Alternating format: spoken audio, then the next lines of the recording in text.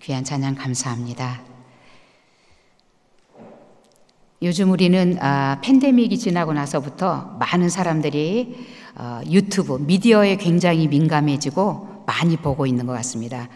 저도 보면은 우리 어르신들이 카톡을 보내고 그러는데 그 안에 보는 영상들을 보면서 다 유튜브를 보고 있구나라는 부분을 알 수 있는 그러한 상황인 걸 알게 됩니다. 유튜브를 보면은요, 영상에 특별히 요즘에 연예인들이 원래 모습과 그리고 지금 현재 달라진 모습들을 비교하는 영상들이 올라와 있는 것들을 보게 됩니다. 소위 성형을 통해서 초등학교 때는 이렇게 생겼었고, 고등학교 때는 이렇게 생겼었고, 대학 때는 이렇게 생겼고, 현재는 이렇게 생겼다. 너무너무 달라요. 정말 아름답고 멋지고, 제가 저렇게 생겼었는데 이렇게 생겼구나 할 정도로 모습이 달라진 그런 거를 보게 됩니다. 소위 성형을 통해서 외모가 아름다워진 그리고 멋져진 그런 케이스이죠. 그러다 보니까 요즘에는 아이들이 태어났는데 이제 자라면서 누구를 닮아야 되겠습니까? 우리 아이가 누구를 닮아야 되겠어요? 나를 닮아야 되잖아요, 우리 아이들은. 이목구비가 엄마 아빠를 안 닮아요, 요즘에는요. 그래서 다 성형을 해서 아주 스탠다드로 잘 나와 있는 코의 모습, 눈의 모습, 입의 모습, 이래가지고 그걸로 다 고쳐 있기 때문에 자기 자녀가 나를 닮아야 되는데, 내 코와 내 입을 닮아야 되는데 멋진 연예인들의 코와 눈을 닮아버렸어요. 이만큼 사람들은요, 겉으로 아름답게 보이는 것, 이런 것들을 너무나도 좋아한다는 겁니다. 속을 아름답게 하는 것보다도요, 겉을 아름답게 하는 것에 더 먼저 신경을 쓰고 있다는 것은 우리의 사회 주변 안에서 일어나는 현상들, 이런 유튜브만 봐도 분명하게 알 수가 있습니다. 오늘 본문 안에서도요, 성경 안에서 속이 더러운 것으로 가득 차 있으면서 겉만 너무나도 멋지게 포장하고 그리고 예쁘게 포장하고 있는 바리새인들과 서기관들을 책망하면서 그들에게 엄청나게 많은 화가 있게 될 것이라는 것을 경고하고 있는 그러한 내용입니다. 사람들은 눈에 보이는 표면적 행위는 거룩한 모습으로 잘 포장을 하고 있지만은 위장을 하죠, 위장을. 그 속은 전혀 변화되지 않는 그러한 외식적인 신앙생활을 하고 있는 그 당시의 종교 지도자들, 바리새인들과 서기관들을 지적하면서 책망하고 경고하고 있습니다. 우리는 이 성경을 읽으면서요, 바리새인들이요, 서기관들이요, 이러니까는 그 당시의 종교 지도자들에게만 해당되는 말씀이라고 생각하면서 마치 오늘날 종교 지도자들에게만 해당되는 말씀이 아닌가라는 부분으로 해석하면서 받아들이려고 하는 그런 사람들도 있다라는 거예요. 오늘 여기에서는요, 예수를 믿고 있는, 성경을 읽고 있는, 말씀을 듣고 있는 우리 모두에게 주시는 하나님의 메시지라는 사실을 기억하고 성경을 읽어야 될 겁니다. 특별히 오늘 이렇게 외식하고 있고 겉으로는 아주 거룩해 보이지만 속은 그렇지 못하고 있는 그러한 종교 지도자들을 지적하기 위해서 두 가지의 비유를 오늘 여기에서 들고 있습니다. 그것이 그릇의 겉과 속, 그리고 회칠한 무덤에 대한 비유를 들고 있다는 거예요. 이 두 비유는 실제적으로 같은 내용을 담고 있는 그러한 비유입니다. 겉만 아주 깨끗하고 속이 더러운 그릇이나 또는 페인트 칠을 했다라는 거죠. 회칠이. 페인트 칠을 겉으로 하여 가지고 보기에는 깨끗하지만은 그 속에는 죽어서 썩은 사람의 시체가 들어있는 그러한 무덤이나 이 모든 것들을 표현하고 있는 것에서 내용은 같다라는 거예요. 그렇다고 오늘 여기에서 보면은 겉은 더러워도 되냐, 이런 뜻은 아니라는 거예요. 그래서 저도 오늘 제목을요, 겉치장보다 먼저 내면을 아름답게 하라 라는 제목으로 정했습니다. 왜냐하면 우리는 속만 아니면 겉은 안 해도 괜찮아? 이런 생각을 할까 봐서 먼저 내면을 깨끗하게 하고 그 다음에 당연히 겉도 깨끗하게 치장을 해야 된다는 것을 말하려고 하는 것입니다. 그래서 오늘 성경 우리가 읽진 않았지만 23절에 보면요, 이것도 행하고 저것도 버려서는 안 된다. 이런 가르침을 볼 때에 우리는 겉과 속 둘 다가 다 깨끗해야 된다는 것을 주고 있는 메시지라는 사실을 기억해야 될 겁니다. 오늘 저는 이 외모가 준수해서 실제적으로 보통 사람들을 만났을 때에 호감을 갖게 되는 경우를 우리는 보게 됩니다. 그렇지만 늘 대화를 나누고 관계를 갖다 보면은 오히려 그 외모가 보여지는 것이 아니라 내면의 모습 때문에 이 사람과 가까워지느냐 멀어지느냐 하는 것들을 보게 돼요. 우리는 항상 실제적으로 경험하면서 사람의 내면이 중요하다라는 것을 알고 있습니다. 그럼에도 불구하고 우리는 내 자신에 대해서 생각할 때는 항상 겉은 아름답게 하려고 하고 그리고 속에 대해서는 별로 생각하지 않는 그러한 바로 오늘 성경에서 말하고 있는 더러운 것으로 가득 채우고 있는 그런 모습을 취하려고 할 때가 많이 있습니다. 오늘 성경은 이것을 위선자, 외식하는 사람이다 이렇게 얘기를 하고 있습니다. 그렇다면 오늘 본문 안에서 외식한다라는 것은 무엇을 의미하고 있는 것일까요? 밖에서 밥 사서 먹는 것을 외식이라고 합니까? 그렇지 않는 걸 우리는 너무나도 잘 알고 있습니다. 겉만 번지르르하고 속 내용은 충실하지 못했을 때 이런 말을 사용하고 있습니다. 겉은 아름답게 치장하여 깨끗하고 아름답지만은 그 사람의 내면의 사고와 생각 그리고 가지고 있는 마음에 있는 모든 것들이 깨끗하지 못하고 있을 그런 사람을 말할 때 외식하는 자 이렇게 표현을 하고 있다라는 겁니다. 이런 의미에서 예수님께서 말씀하신 이 비유의 그 구체적인 의미가 무엇일까? 이 부분에 대해서 우리는 이 비유를 통해서 살펴볼 수 있습니다. 먼저 그릇에 대한 비유를 살펴보겠습니다. 저는 이 그릇에 대한 비유를 할 때에 생각나는 것이 있습니다. 어머니의 장독대가 생각이 나요. 아마 여기에 계신 분들은 이제 장독대가 다 없을 겁니다. 저도 저희 가정도요, 아파트로 가고 나서는 장독대가 다 없어졌어요. 그 이전에는 옥상에 장독대가 있었습니다. 그래서 실제적으로 그 장독대를 어머니는 장을 담기 위해서 그 장독에 있는 항아리들을 먼저 속을 깨끗하게 합니다. 이전에 담겨졌던 장의 냄새나 찌꺼기를 다 없애기 위해서 실제적으로 며칠이 아니에요. 사실 한 달 내내 거기 장독을 물을 들어서 다시 우려내고 쏟아버리고 우려내고 쏟아버리고를 반복하셨던 것들을 기억하게 됩니다. 그래서 그 속을 깨끗하게 한 다음에 거기에 새로 담근 장과 간장과 된장을 집어넣고 뚜껑을 닫고 그 다음에 물 행주를 가지고 그걸 먼지를 깨끗하게 닦아서 반지르르하게 만드는 그 장독. 저도 지금도 생각이 나거든요. 그래서 햇빛이 비치면 반짝반짝 했던 거를 생각합니다. 속도 깨끗하지만 겉도 깨끗하게 했던 그런 장독대예요. 겉과 속이 모두가 다 깨끗하게 하는 우리네 어머니들의 모습이 아니었는가라는 생각을 합니다. 오늘 본문 25절은요, 바로 이 같은 그릇에 대한 비유를 말해주고 있습니다. 본문은요, 25절을 보면은 외식하는 서기관들과 바리새인들이요 라고 합니다. 대상이 누구인가에 대한 것을 얘기하고 있죠. 잔과 대접은 겉은 깨끗하되 그 안은 탐욕과 방탕으로 가득하게 하는도다. 이렇게 말을 하고 있어요. 그들의 모습을 지적하고 있는 겁니다. 바리새인들과 서기관들. 여기에 말하고 있는 잔과 대접은 마실 것을 담는 컵과 요리를 담는 접시나 이런 것들을 그릇을 말하고 있는 겁니다.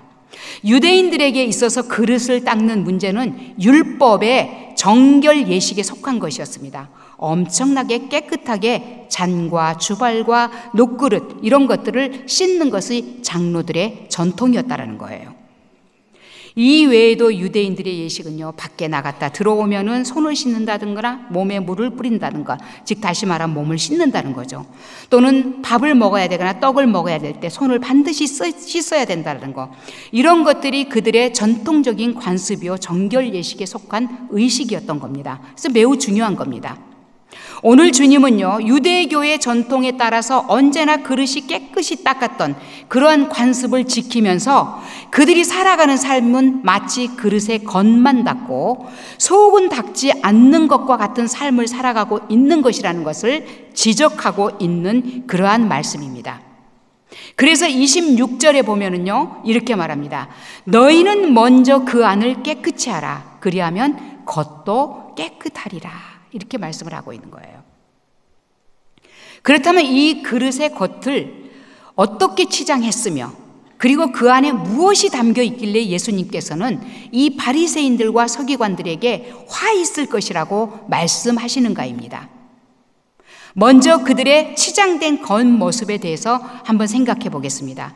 우리는 바리새인들과 서기관들이 어떤 행동을 하고 있었는지를 이제는 너무나도 성경을 읽으면서 잘 압니다.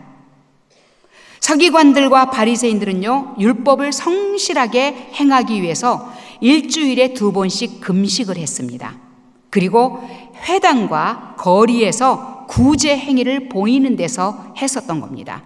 그리고 큰 거리에 사람들이 보고 있는 시장이라든가 마켓플레이스 이런 데 가가지고 손을 높이 들고 하나님 앞에 기도하고 있는 그러한 모습을 보여주면서 자신들의 의로운 행위가 이것이다 라는 것을 나타내는 그런 사람들이었습니다.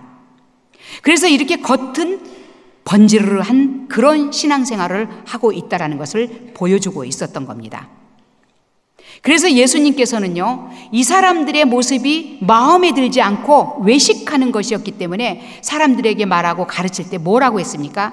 너희가 금식할 때는 골방에 들어가서 하라는 거예요. 머리에 기름을 바르라고 얘기했습니다. 그건 뭘 의미하고 있습니까? 나 기도하는데 밥을 굶었어. 이렇게 말하면서 그 어떤 행색을 보여주지 말라는 겁니다. 마치 본래에 행동하고 있는 삶을 살아가는 것과 똑같이 하면서 그렇게 기도하라라는 것을 말해주고 있는 거예요. 겉으로 드러내 보이는 외식적인 것들, 위선적인 모습들을 보이지 말라라는 것을 말해주고 있는 겁니다. 그런데 만일 우리가 기도와 봉사와 헌금을 하면서 많이 하는 사람처럼 행동하고 자랑한다면은 이것이야말로 바로 오늘 지적받고 있는 바리새인들과 서기관들의 모습이 아니겠습니까? 여러분들은 금식할 때 어떤 자세를 취합니까? 여러분들은 교회에서 봉사할 때 어떤 자세를 취하고 있습니까? 여러분들은 하나님 앞에 기도하고 있고 헌신하고 있는 모습들을 하고 있을 때 어떤 모습으로 다른 사람들과 함께 그 모습을 보여주려고 하고 있느냐라는 거예요. 저는 기도 이렇게 합니다. 사람들 앞에서 보여주려고 하는 그 모든 것들이 있다면 바로 이것이 서기관과 바리새인들의 모습일 겁니다. 예수님은 우리의 이런 모습을 향해서 위선자라고 경고하시고 계십니다. 또한 서기관들과 바리새인들이요, 겉만 포장했지만 그 안에는 무엇을 가지고 있었는가라는 거예요. 오늘 본문 아래 보면 그 내면에는 탐욕과 방탕으로 가득했다라고 이렇게 얘기를 하고 있습니다. 탐욕이 뭡니까? 탐욕. 우리는 본문 안에서 욕심, 욕망 이렇게만 생각합니다. 그냥 탐욕이라고 나와 있기 때문에, 이렇게 번역이 되어 있기 때문에요. 그러나 이 탐욕으로 번역된 헬라어의 온 뜻은요, 강탈이라는 것이, 약탈하는 것이, 이렇게 남의 것들을, 약한 자들 것을 빼앗는 것들이 포함되어 있는 의미가 더 담겨져 있다라는 말입니다. 이런 단어입니다. 그래서 다른 사람의 것을 강제로 빼앗으려고 하는 행위가 여기에 담겨져 있는 내용입니다. 탐욕은 다른 사람이 가지고 있는 것을 강압적으로 탈취하려고 하는 원색적인 행동, 이것을 표현하면서 이런 것들이 너희 안에 있다라는 것을 말하면서 주님은 이 마음을 책망하시고 계십니다. 그러면 이것만 가지고 있었느냐? 그들 속에는 방탕이 있었다라는 거예요. 방탕이라는 것은 또 무엇을 말하고 있습니까? 이 언어의 뜻은요, 자제력이 부족하다는 거예요. 무절제하다, 또는 방종이라는 뜻을 담고 있는 그러한 의미요, 그런 단어입니다. 다시 말하면 스스로 자신을 다스리지 못하고 재물이나 또는 명예욕에 붙잡혀 있거나 또는 성욕에 붙잡혀서 스스로 억제하지 못해서 자기의 욕구대로 따라가는 삶을 표현해주고 있는 말입니다. 겉으로는 거룩한 척하고 있는 거예요. 그런데 그 모든 것은 자신의 명예와 욕심을 채우기 위한 것이라는 것을 지적해주고 있는 말씀입니다. 이것을 예수님께서는 책망하시면서 그들에게 그 대가가 혹독하게 주어질 것이라는 것을 분명하게 경고하고 계십니다. 그 다음 비유를 보면 어떤 비유입니까? 회칠한 무덤에 대한 비유입니다. 회칠한 무덤, 이 무덤에 대한 비유를 생각하면 제가 토론토에 처음 왔을 때 있었던 그런 부분이 생각이 납니다. 제가 토론토에 와서요, 다운타운에서 학교를 다니기 위해서 생활을 했습니다.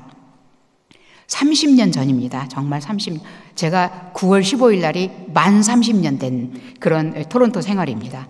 30년 전이니까 오래됐죠. 그런데 전철을 타고 이 노스역 핀치까지로 오기 위해서 제가 전철을 탔는데 정말로 이 가을 9월 15일 왔으니까 그 일주일, 2주일, 이 한 달이 엄청나게 아름다웠었어요. 그런데 전철을 타고 오는데 밖을 내다보고 이렇게 타고 오는데 너무나도 아름다운 공원이 지나가게 되는 거예요. 제가요. 야, 저곳은 어딜까? 너무너무 아름답고 좋네 라고 생각하면서요, 내가 꼭 한 번은 내려서 가봐야 되겠다. 전철 로컬 저기로 갈 수 있는 그런 곳이네. 왜냐하면 그때는 자동차가 없었기 때문에 멀리 간다라는 건 생각을 못 해보았는데, 이렇게 전철로 갈 수 있는 곳 안에 저렇게 아름다운 곳이 있구나라는 생각을 했습니다. 그런데 그 다음 해에요, 물론 바빠서 가지를 못했고요, 제 친구가 한국에서 왔어요. 근데 어딘가를 함께 데리고 가야 되는데 갈 곳이 없는데 그곳이 생각이 났어요. 그거 정말 멋지고 아름답고 단풍이 예뻤는데. 그래서 제가 거기를 가기 위해서 데비스빌에서 내렸습니다. 그래서 그곳을 걸어서 갔어요. 세인클레어하고 중간에 있었기 때문에. 근데 그곳에 가서 보니까요, 거기에 써 있는 것이 세메트리라고 써여 있더라고요. 정말 공동묘지라는 것에 대해서 저는 깜짝 놀란 문화 충격을 가졌어요. 왜냐하면 이 도시 안에 무덤이 있을 거라는 생각은 상상도 해보지는 못했기 때문이었어요. 거기가 바로 마운틴 프레젠트 세메트리였어요. 그래서 제가 친구를 데려가면서 내가 너무 좋은 곳을 데려가려고 왔는데 여기가 묘지네? 제가 그래가지고 그래도 들어갔습니다. 그래서 쭉 살펴보면서 80세, 90세, 100세 거기 묘비들을 다 읽고 돌아다녔어요. 너무나도 거기 가서 정말 내가 잘못 데리고 왔구나. 근데 지금도 그 친구는 한국 가면 저한테 그 얘기를 해요. 얘가 나를 어디로 데려갔는데, 묘지를 데려갔대. 공동묘지를. 이렇게 주택지 안에 묘지가 있다라는 건 생각지를 못했어요. 우리나라에서는 있을 수 없는 일이었기 때문에요. 근데 유대인들의 문화가 이와 비슷합니다. 그래서 묘지가 멀리 떨어져 있지 않고요, 가까운 그들의 삶의 그 지경 안에서 가까이에 있었다는 거예요. 우리는 그것을 예수님의 무덤을 찾아간 여인들만 봐도 알 수가 있게 됩니다. 오늘 27절을 보면은요, 주님은 서기관들과 바리새인들에게 말합니다. 겉으로는 아름답게 보이나 그 안에는 죽은 사람의 뼈와 모든 더러운 것들이 가득한 회칠한 무덤과 같다. 이렇게 말씀하십니다. 유대인들의 공동묘지를 이렇게 가까이에 두기 때문에 묘지에 대한 이야기를 했을 때에 이 사람들은 쉽게 예수님의 비유에 대한 이해를 할 수가 있게 됩니다. 그래서 그들은요, 무덤에 회칠을 했다, 석회를 칠한 것을 얘기합니다. 그러니까 페인트를 칠한 것을 얘기하는 거죠. 이것이 무덤이라고 표시했다라는 그 사실에 대해서 잘 알고 이해합니다. 사람들로 하여금 이곳은 접촉해서는 안 된다라는 것을 가르쳐주기 위해서 그들은 여기에 회칠을 했던 겁니다. 왜냐하면 모세의 율법에 부정한 것으로 이 죽은 사람이라든가 시체라든가 이런 것들은 규정을 했기 때문에 이곳은 가까이 할 수 없는 곳이에요. 그 당시에 무덤은요, 자연스럽게 패여 있는 동굴이라든가 아니면은 인위적으로 굴을 만들어 가지고 그곳에다 시신을 집어넣고 큰 돌을 갖다 입구를 막아버리는 거, 이것이 바로 묘지를 만들고 있는 그러한 문화였던 겁니다. 그런데 이렇게 잘 튼튼하게 쫙 막아놨지만은 세월이 오래 지나다 보면은요, 이 무덤을 막았던 돌이 굴러지거나 또는 이 문이 열려버리게 됩니다. 입구가 열려 있어서 사람들이 무덤인지 모르고 그곳을 들어가거나 또는 그곳에서 밤을 지내게 되는 일들이 발생하게 되는 거예요. 특별히 어떤 때가 그러냐면은 예루살렘에 유월절을 지키기 위해서 오거나 명절을 지키기 위해서 이틀 또는 3일씩 걸어서 왔다가 여인숙이나 이런 모든 여관들이 꽉 차버려서 들어갈 수가 없게 되었을 때는 바로 이렇게 주변에 있는 곳에서 잠을 청하게 됩니다. 그러다 보면은 이슬을 피하기 위해서 굴 속에 들어가게 되는데 잘못하다 보면은 아침에 일어나서 봤더니 이곳이 그냥 굴이 아니라 무덤이었던 것을 발견하게 되는 거예요. 만약에 내가 무덤에서 오늘 잠을 잤다 그러면 이미 나는 부정한 것에 있었기 때문에 멀리 이곳에 예루살렘 성전에 들어가기 위해서 왔는데 일주일 동안 부정한 것으로부터 정결 예식을 가져야 되기 때문에 그는 무덤에 성소에 들어갈 수가 없게 됩니다. 정말 이렇게 된다면 얼마나 난감한 그런 상황이겠습니까? 이렇기 때문에 유대인들은요, 유월절이 되기 전에 그 전 15일 전 아다롤 15일에는 일제히 모든 무덤에는 다 석회를 칠해서 이곳은 무덤이다라는 것을 알려주게 됩니다. 그래서 이렇게 예루살렘에 오는 사람들이 실수로 또는 잘못하여서 그곳에서 밤을 지새는 일이 없도록 하기 위해서 이렇게 회칠을 해놓은 겁니다. 그래서 회칠한 무덤과 같으니 라고 예수님께서 말씀을 하셨을 때 이 표현에 대한 이해를 이 사람들은 잘 알고 있었다라는 거예요. 무덤에 석회칠을 하게 되면 어떻습니까? 깨끗하고 아름답고 정결해 보입니다. 그런데 사실은 겉으로는 그렇게 아름답게 보이지만 그 속에는 죽은 사람의 부패와 썩은 시체로 인해서 더러울 수밖에 없다라는 거예요. 주님은 바로 이러한 상황을 서기관들과 바리새인들에게 비유하고 있다라는 거예요.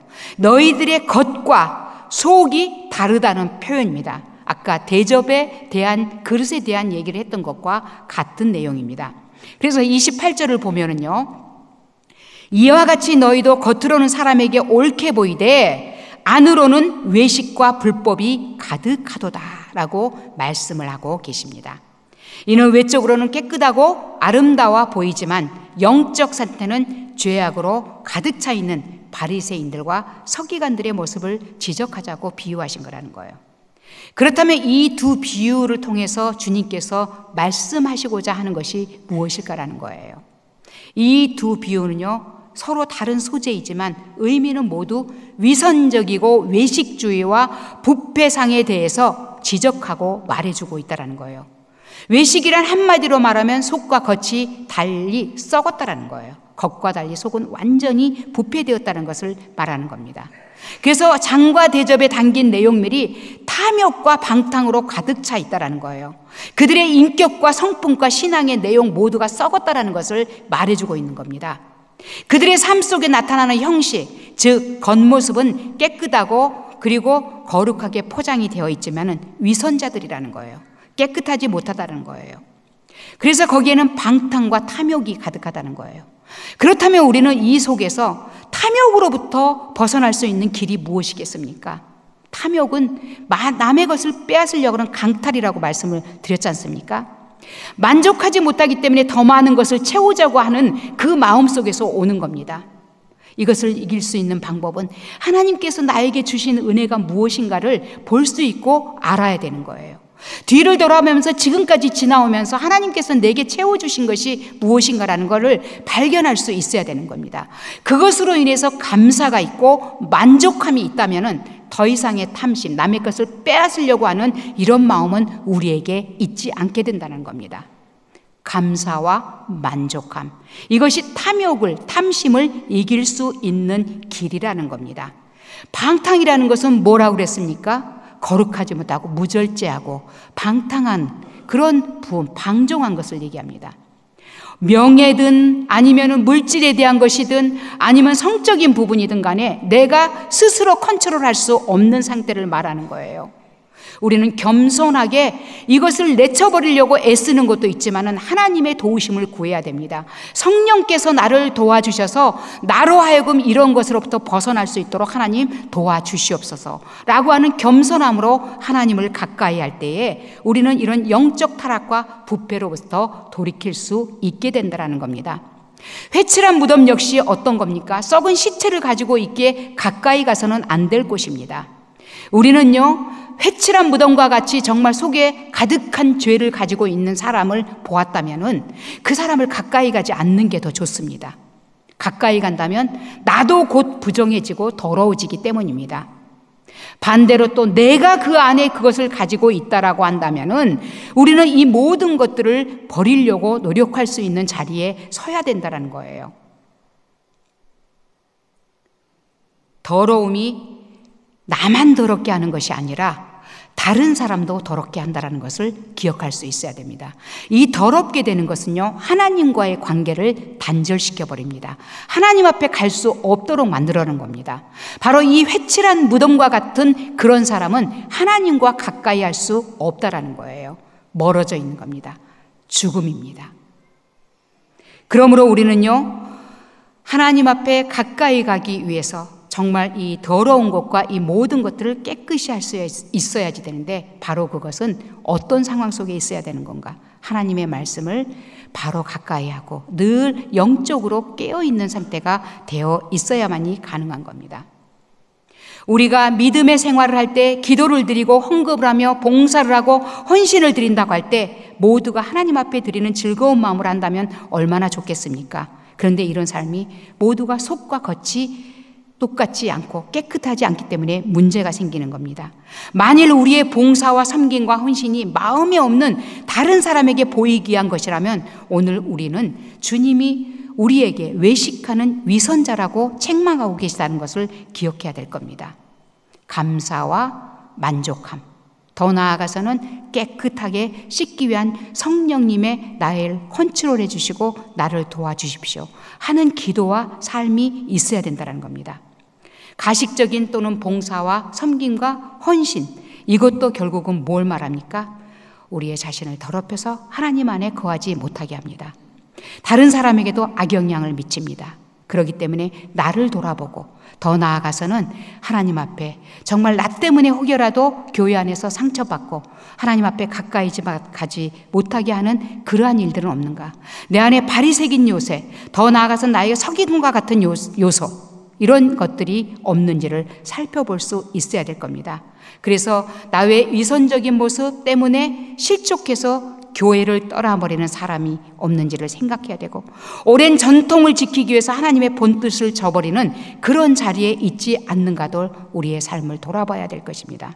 주님은 오늘 이런 자를 향해서 눈 멀고 외식하는 자들아, 너희에게 화가 있을 것이라고 말합니다.